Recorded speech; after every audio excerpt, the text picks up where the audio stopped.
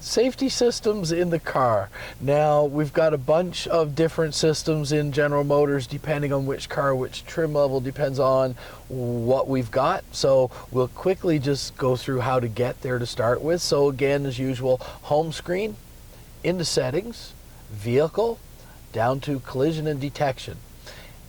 Safety alert type would be either the safety alert seat if the vehicle is equipped, or beeping noises. Most of our vehicles right now still have beeping noises.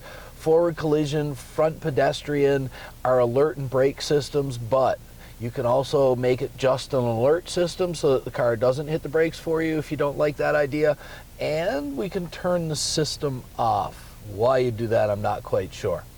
Adaptive cruise control is hooked up to the cruise control system. If you've got adaptive cruise, it could be just plain cruise in our cars.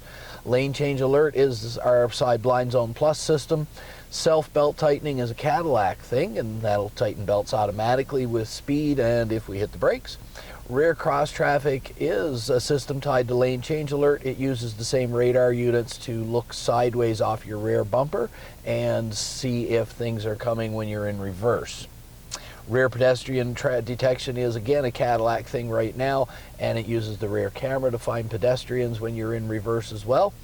Other than that, if you want a further explanation or a demonstration on how this works, come and see us at the Buick Auto Group.